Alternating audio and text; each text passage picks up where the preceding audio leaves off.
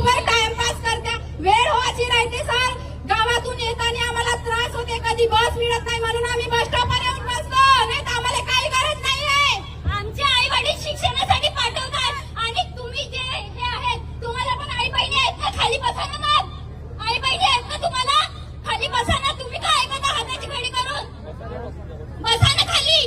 तुमच्या खाली आई बहीण आहेत ना, खाली बसा ना. काय बघता लोकांकडे?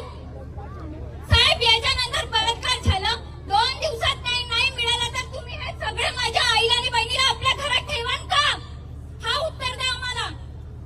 तुम्ही पैसा फेकला की केस टाकता?